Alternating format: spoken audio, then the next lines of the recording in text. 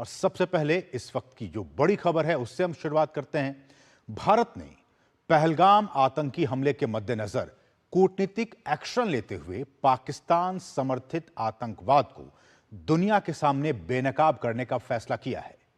ऐसा करने के लिए भारत, ब्रिटेन और अमेरिका जैसे अपने प्रमुख पार्टनर देशों में एक ऑल पार्टी डेलीगेशन भेजेगा। भारत ऐसे कुल 7 डेलीगेशन भेजेगा। इनमें कांग्रेस के शशि थरूर से लेकर एनसीपी से सुप्रिया सुले तक कई बड़े चेहरे शामिल होंगे। आतंक की फैक्ट्री, झूठ के बाजार का होगा पर्दाफाश। दुनिया सुनेगी भारत का सच। भारतीय डेलीगेशन पाकिस्तान को दुनिया में करेगा बेनकाब। दुनिया के हर मंच पर गूंजेगी भारत की आवाज। पहलगाम आतंकी हमले के बाद सीमा पार आतंकवाद के खिलाफ भारत की लड़ाई को अंतर्राष्ट्रीय स्तर पर और मजबूती देने के लिए देश की राजनीतिक पार्टियां एक साथ खड़ी हैं। ऑपरेशन सिंदूर की सफलता के बाद भारत सरकार ने एक बड़ा कूटनीतिक कदम उठाते हुए 7 सर्वदलीय प्रतिनिधि मंडलों को इस महीने के अंत में संयुक्त राष्ट्र सुरक्षा परिषद के सदस्यों सहित प्रमुख साझेदार देशों में भेजने का फैसला किया है। सर्वदलीय प्रतिनिधि मंडल आतंकवाद के सभी रूपों और अभिव्यक्तियों से निपटने के लिए भारत की राष्ट्रीय सहमति और दृढ़ दृष्टिकोण को सामने रखेगा। यह दुनिया के सामने आतंकवाद के खिलाफ जीरो टॉलरेंस के मजबूत संदेश को आगे बढ़ाएगा। विभिन्न दलों के सांसद, प्रमुख राजनीतिक हस्तियां और प्रतिष्ठित राजनयिक प्रत्येक प्रतिनिधि मंडल का हिस्सा होंगे।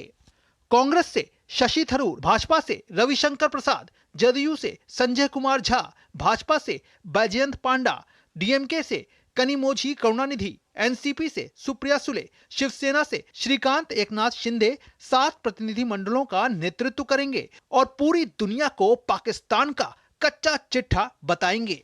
संसदीय कार्य मंत्री किरेन रिजिजू ने प्रतिनिधि मंडल के गठन की जानकारी देते हुए एक्स पर लिखा, सबसे अहम पलों में भारत एकजुट खड़ा होता है।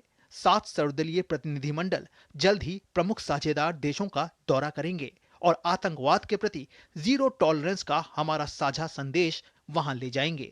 ये राजनीति से ऊपर और मतभेदों से परे राष्ट्रीय एकता का शक्तिशाली प्रतीक है। जहां कांग्रेस सांसद शशि थरूर ने प्रतिक्रिया देते हुए एक्स पर लिखा, मैं हाल की घटनाओं पर हमारे राष्ट्र का दृष्टिकोण प्रस्तुत करने के लिए 5 प्रमुख राजधानियों में एक सर्वदलीय प्रतिनिधि मंडल का नेतृत्व करने के लिए भारत सरकार के निमंत्रण से सम्मानित महसूस कर रहा हूं।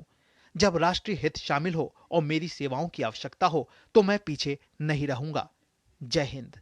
वहीं एनसीपी सांसद सुप्रिया सुले ने भी एक्स पर वैश्विक मंच पर भारत का प्रतिनिधित्व करने वाले सर्वदलीय प्रतिनिधि मंडल में शामिल होने पर खुद को सम्मानित बताते हुए पीएम मोदी का आभार जताया। भाजपा नेता और सांसद रविशंकर प्रसाद ने सर्वदलीय प्रतिनिधि मंडल के गठन को प्रधानमंत्री की दूरगामी सोच का प्रमाण बताया। तो जेडीयू सांसद संजय कुमार झा ने कहा कि जब भी देश की सुरक्षा की बात आती है तो देश एकता के साथ खड़ा रहता है। बहुत अनुग्रहित हूँ माननीय प्रधानमंत्री जी का, जो सांसदों का डेलीगेशन जा रहा है उसमें एक डेलीगेशन को लीड करने के लिए उन्होंने मुझे चुना है। और एक हमारे प्रधानमंत्री की बहुत विशेष सोच है जो बताना ज़रूरी है कि जो 7 डेलीगेशन चुने गए हैं उसमें कई डेलीगेशन के नेता विपक्ष के लोग हैं। ये बहुत बड़ी सोच है। ऑल पार्टी के हर एक जो मेंबर हैं उनको भेजा जा रहा है दुनिया भर में, खास करके बताने के लिए कि ये दुनिया में जहां भी टेररिज्म और टेररिस्ट एक्टिविटी हुआ है उसका जड़ पाकिस्तान में है। कोई न कोई कनेक्शन पाकिस्तान में मिल जाएगा, कहीं भी दुनिया में हुआ हो। इन सभी अनुभवी सांसदों की अगुवाई में प्रतिनिधिमंडल अंतर्राष्ट्रीय मंचों पर पाकिस्तान के झूठ को तो बेनकाब करेगा ही, साथ ही वैश्विक मंच पर आतंकवाद को लेकर भारत की जीरो टॉलरेंस नीति को मजबूती से सामने रखेगा। मोदी सरकार की सख्त और असरदार कूटनीति ने पहले ही दुनिया में भारत की आवाज को मजबूत किया है। Bureau report, DD news.